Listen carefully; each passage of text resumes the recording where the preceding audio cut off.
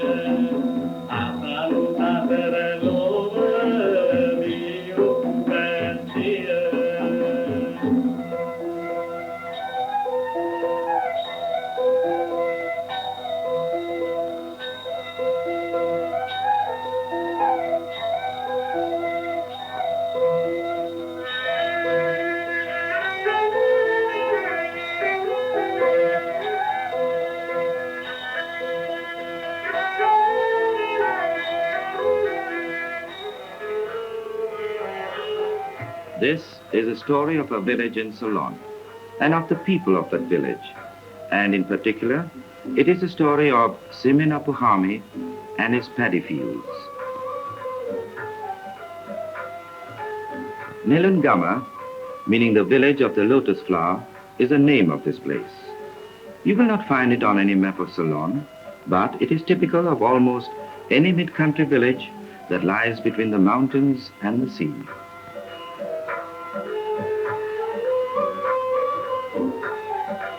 Apuhami, going home, passes the shrine under the bo tree, where people offer flowers to the memory of the Buddha, the teacher, the enlightened one.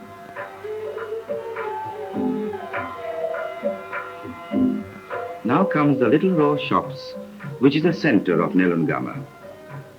Here are the tea boutiques and the eating houses, the tailors' shops and the haberdashers, the grocers and the general stores. A little further along is the police station. This is where the people come when they're in trouble, or where they get taken when they make trouble. And here lives the Ralahami, the headman of the village. May Ralahami, whatever do you think you're doing with that old cart of yours? Why don't you throw it away and buy yourself a new one? I'm putting a new wheel to it. Can't you see, Apuhami, I'm not a wasteful one like others in this village? Cha, much better to get yourself another cart, I should say. I wouldn't like to risk my neck in an old thing like that. What nonsense. You young people should learn to be careful and save money. With a new wheel, it'll last out my lifetime. You'll see.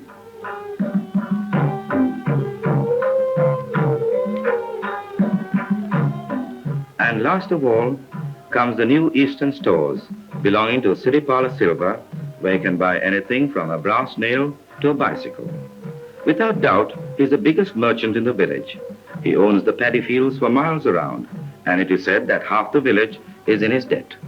Ayyo Mudalali, just 3 days more and I'll pay you everything I owe. Not 1 day more and not 1 cent more, Samawati. Look, you're owing over 6 rupees as it is.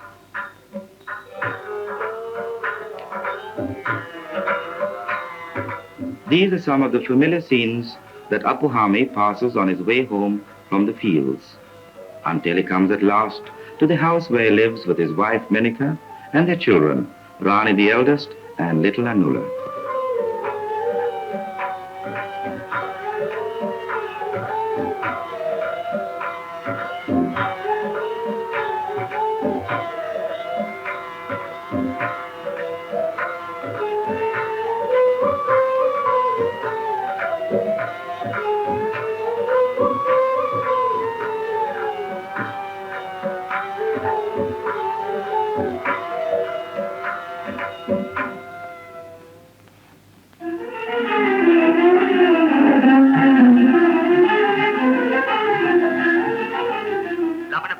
තරගය සඳහා ප්‍රජාතන්ත්‍රවාදී අපේක්ෂකයා වන එම්.එන්. ජයවීර මහතා ලබන බ්‍රහස්පතින්දා සවස 3ට.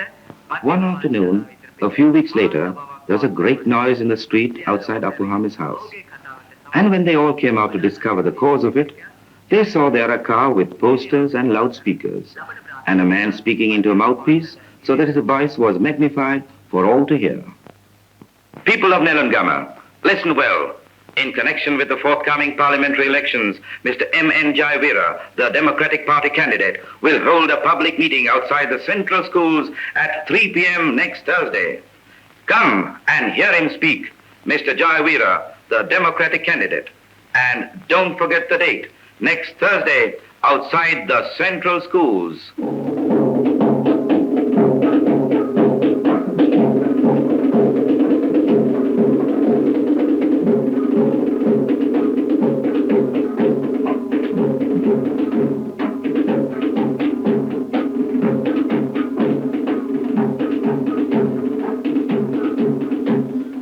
For the next few weeks, the village of Nelumgama, like all the towns and villages all over Ceylon, found itself in the grip of election fever.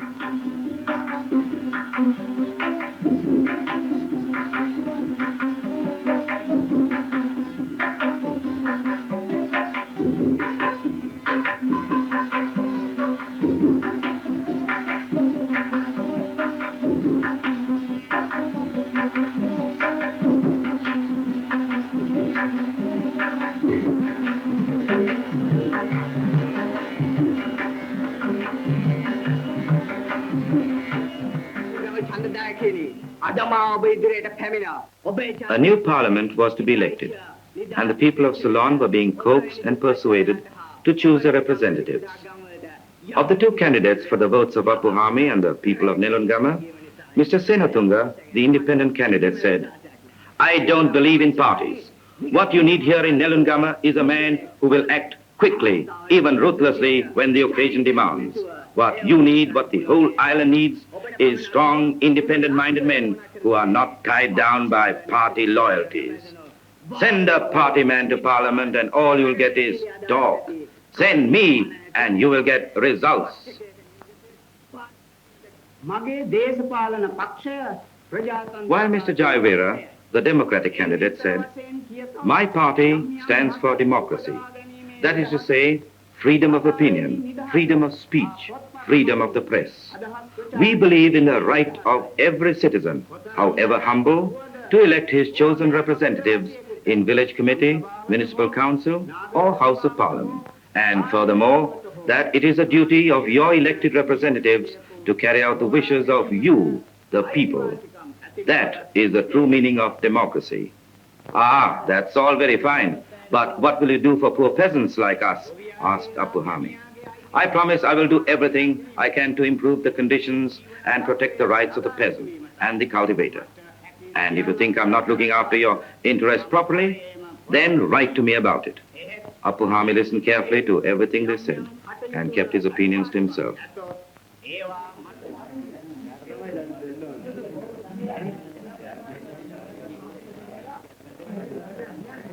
But by the time polling day arrived, he had made up his mind.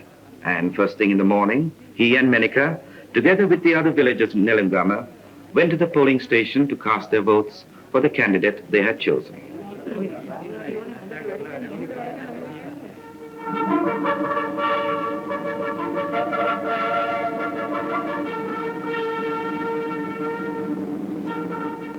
As a result of Apuhami's vote and the votes of all the other citizens of Ceylon, rich or poor, humble or mighty, a new parliament was elected.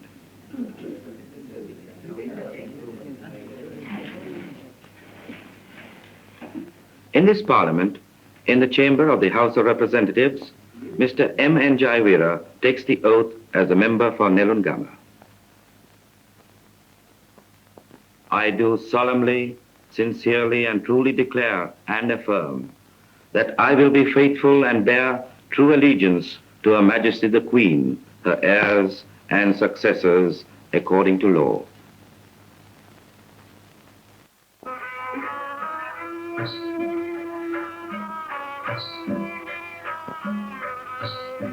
One morning, a few days later, Apuhami got a nasty surprise. For when he came to his paddy fields to begin the day's work, he found two other men already there. "Oi, what do you think you're doing there? Those are my fields. Be off with you." "They were your fields, perhaps, Apuhami, but yesterday the Mudalari gave them to us." "What madness is this? I've always farmed these fields, as you very well know. Why should the Madulali give them to you? We know nothing about that, replied the men. But we are here now, and we are going to stay.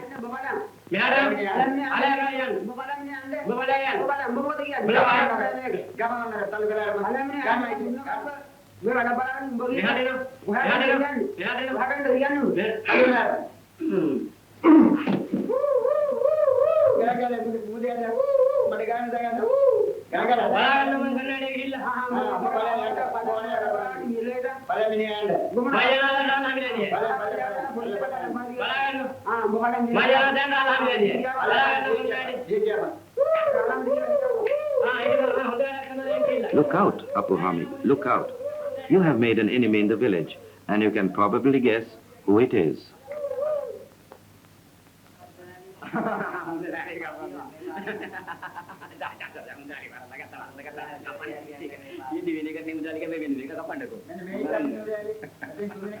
The Mudalali was playing a quiet game of drafts outside his shop when Apu Hamid, covered in mud, came dashing up.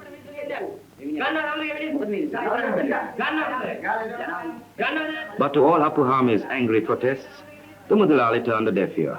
What is done, Apu Hamid, is done. Now go away and leave me in peace. You are nothing but a common thief, and I will kill you for this.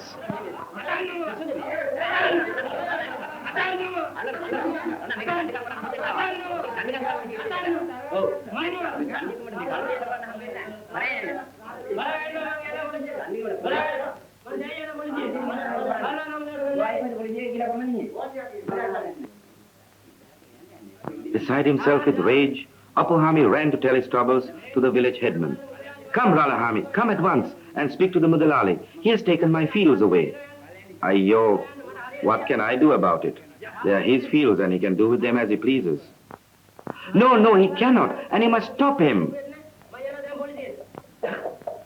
But the village headman drove off about his business, leaving Apu Hamid more angry and bewildered than ever.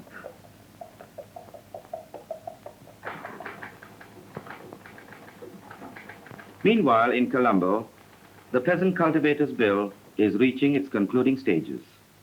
A select committee of the House, consisting of representatives of all parties, is now considering the final details, and Mr. Jayavira is discussing the clause which deals with the ejectment of tenants from paddy lands. What we want to make certain of here, he is saying, is that no cultivator can be ejected without a full inquiry being held before the proper authority. At this inquiry, both tenant and landlord must be given the opportunity to state their case before proceedings for ejectment can be taken in any court.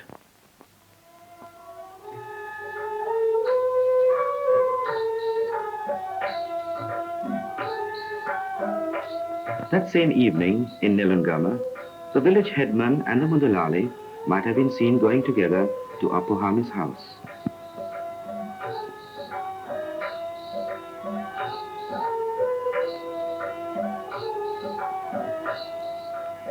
Apu Hamid was tying up his cows for the night when Rani and Anula came to tell him who had called. He was rather surprised at this news, and still more surprised when the village headman told him that the Mudalali had come to make him an offer.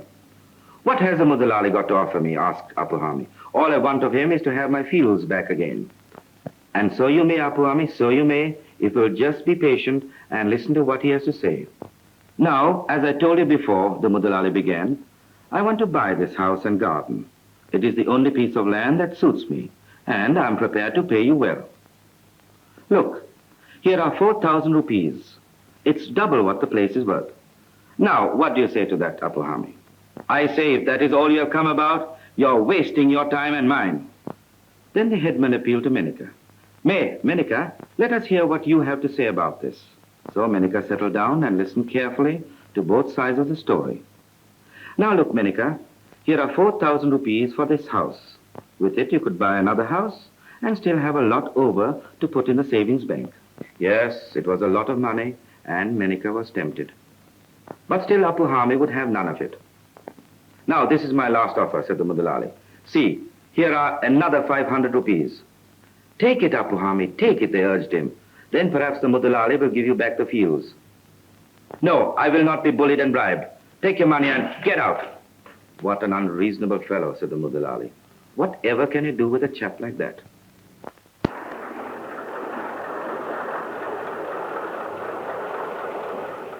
And all the time in Colombo, the wheels of government continued to turn. The Select Committee had finished its deliberations on the Tenant Cultivators Bill, and the government press was now printing its report. Next day, the papers carried the news. Security of tenant strengthened, said the headlines. Mr. Jayavira, reading this, had good cause to feel gratified. And down in the village of Nelumgama, the headman read the same news in his morning paper and hurried round to show it to the Mudalali. Look what it says here, Mudalali. No one to be ejected from paddy lands without a fair trial. I think you had better give those fields back to Apuhami or there may be trouble. But the Mudalali decided instead on quick and drastic action. He would frighten Apuhami into submission before it was too late. Now listen carefully to what I have to say.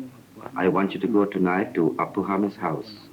Go very quietly and be sure that no one sees you. Then, when you get there...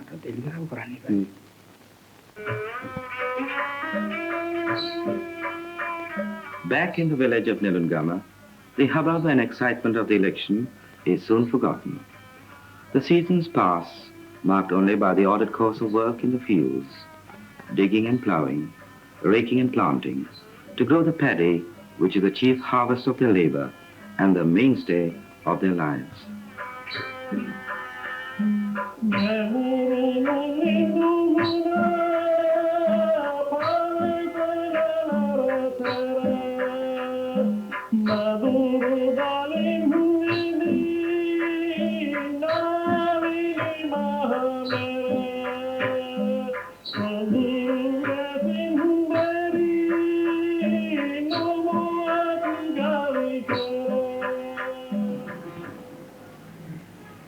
While in Colombo, in office and conference room, in parliament and debating chamber, the work of administering the country goes on.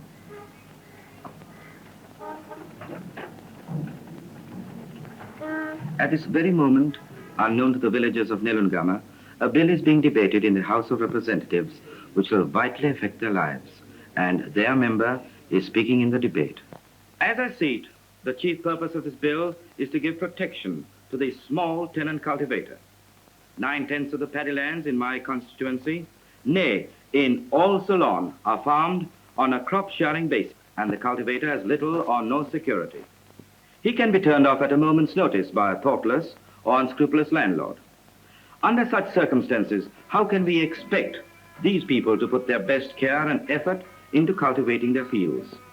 If we are to get the increased food production the country so badly needs, these are the people we must seek to protect by the provisions of this bill. Simin Apuhami is just such a tenant cultivator. All his life he has farmed these fields and farmed them well, as his father and grandfather did before him. But they do not belong to him. They belong to Siripala Silva, the Mudalali, who is even now casting covetous eyes on Apuhami's house. Look out, Apuhami, look out. Menika was at a loss to understand what this could mean. The Mudalali with a surveyor and maps and a measuring tape. It was certainly very odd. Menika was puzzled and suspicious. She would have to tell Apuhami all about it when he came home, but that would not be until later, because after his work in the fields, he would bathe and put on a clean cloth.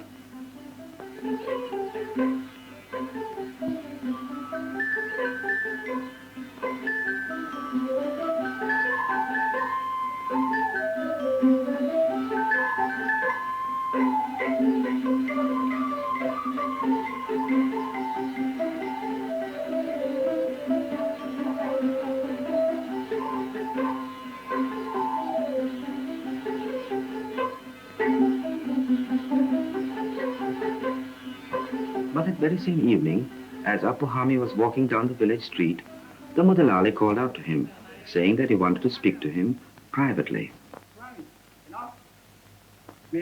Come, come, he said. Let us go through to the back of the house, where we can sit in comfort and won't be disturbed.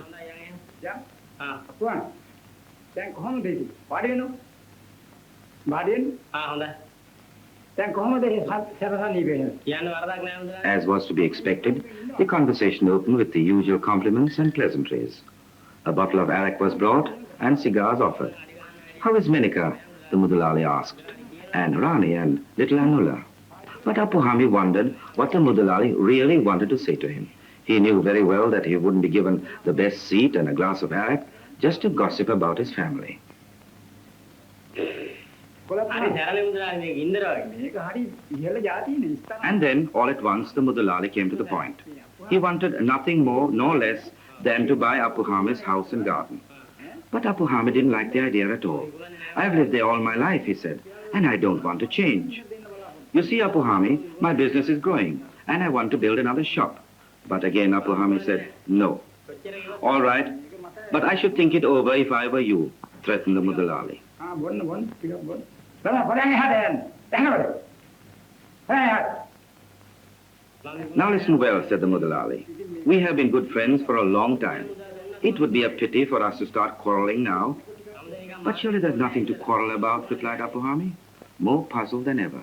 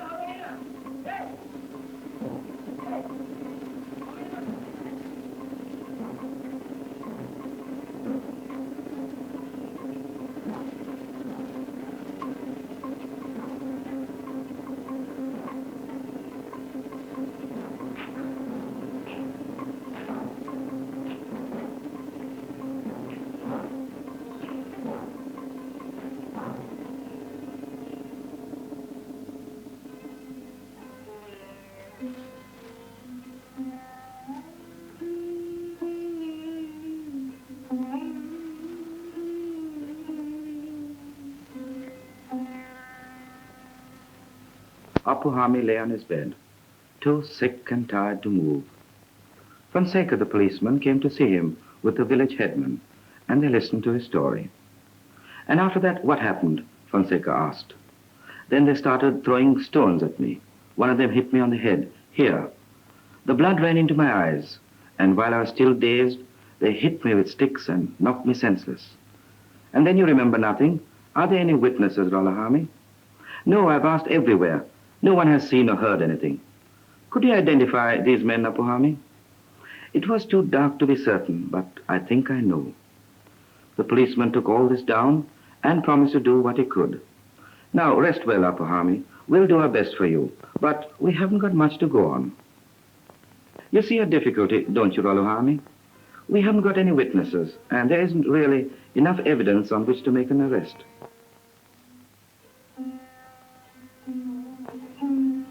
Menika brought her husband bowls of kanji to build up his strength. Drink it, Apuhami, she coaxed him. You must get well again to fight your enemies.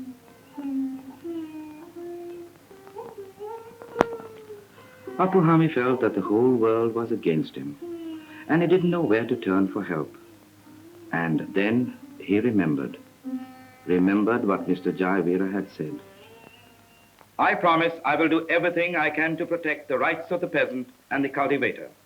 If you think I'm not looking after your interests properly, then write to me about it.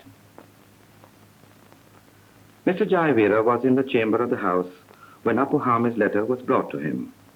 The peasant cultivator's bill was being read for the third time and would soon become law. And here was a letter from one of his own constituents relating to the very issues at point. Most respected and honored sir, it is with great sorrow in my heart that I write this letter. I am in very grievous trouble, and I beg you come at once. My name is Simin Apuhami, and I'm a villager of Nelumgama. The Mudalali persecutes me because I will not do as he wishes. My fields have been taken away from me, my cattle stolen, my garden crops destroyed. And then I remembered what you said when you came here to speak to us. I know, most honored sir, that you will not fail me. Apuhami, now convalescent, was mending the handle of his mammoty. Menika and the children were busy shelling areca nuts when they saw a car draw up in the roadway outside their house, and out stepped Mr. Jayavira. With him were the village headman, Fonseca the policeman, and another man, a stranger who carried a camera. They came down the path and into the courtyard, and after the usual greetings had been exchanged, Mr. Jayavira asked Apuhami to tell him about his troubles. Come with me, sir, and I will show you everything, replied Apuhami. But it is not only the damage I have suffered that worries me. I am afraid for the safety of my wife and children. Apuhami took them through into the garden and showed them where his cows had been tethered and how the ropes had been cut by the thieves.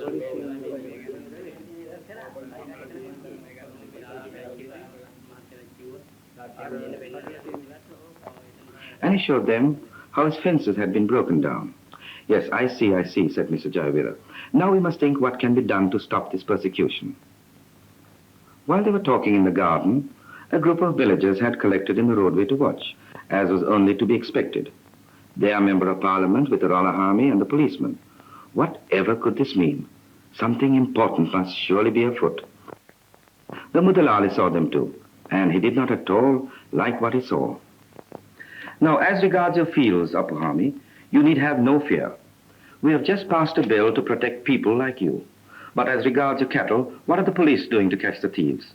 We are doing what we can, sir, but we can't be everywhere at once. Then you should call for volunteer patrols through your Rural Development Society. But, honest sir, we have no such thing in Nelumgama.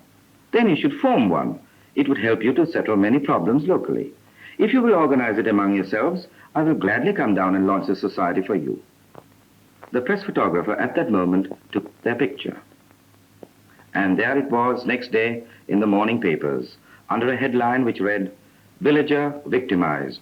MP inquires into the case." The Mudalali saw this, and he knew at last that his game was up.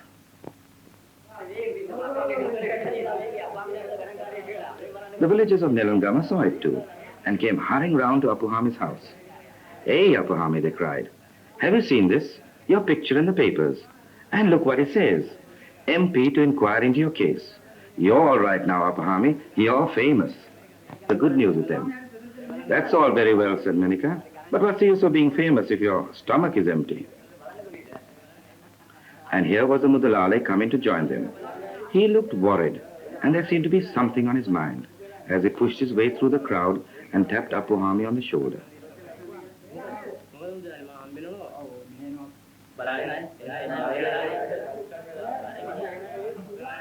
The villagers watched and mused as the Mudalali led Apuhami aside and engaged him in private conversation. Now listen well, Apuhami began. I have been thinking things over, and it is so stupid for you and me to go on quarreling. But it was not I who started it, replied Apuhami. No, I know. It was my fault, I admit that. So I've come to tell you that I found another piece of land for my new shop. But that doesn't give me back my cattle or my fields, does it? Replied Apuhami. Your cattle I know nothing about, but I will try to find them for you. The paddy fields you can have back. Those other men weren't good workers anyhow. I think you would have had to give them back in any case, said Apuhami, laughing. Well now, will you forget what is past, pleaded the Mudalali. And he offered Apuhami a chewed beetle to prove that he really meant what he said.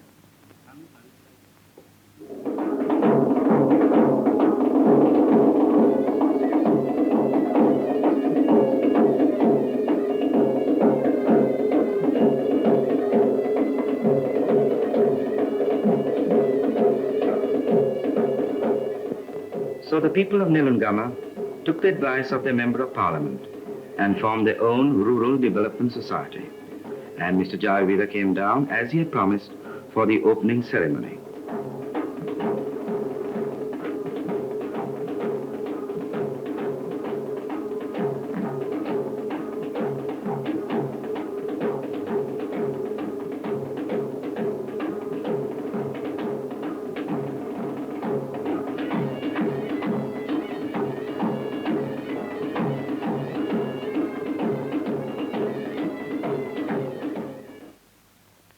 My friends, he said, people of Nelumgama, this is a memorable day in the history of your village.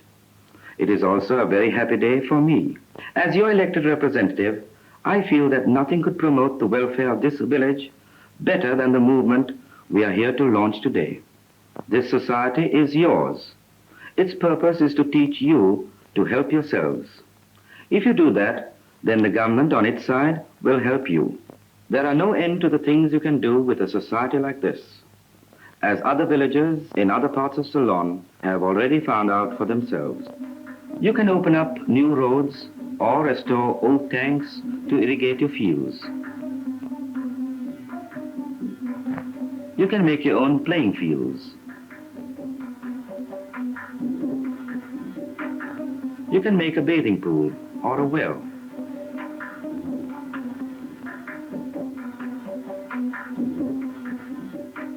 You can teach the women folk how to weave mats or make baskets.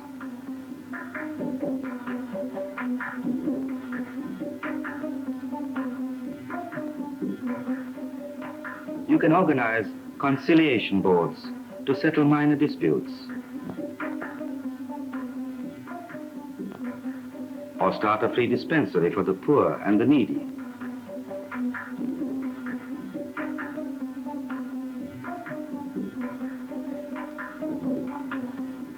And you can open a day nursery for your children. In fact, there is no end to the things you can do for the betterment of yourselves and your village. And finally, I appeal to you all to work hard and make this society a success.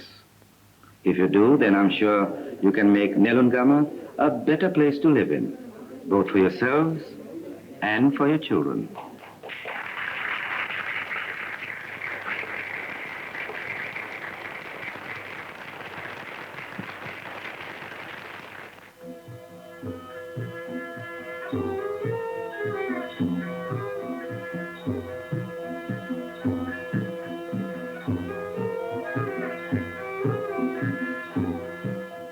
And the end of the story is this. When harvest time came again to Nelumgama, Apuhami and Menika were back again in the old fields, gathering the ripe grain as they had always done, and as they would continue to do, so long as they had breath in their bodies.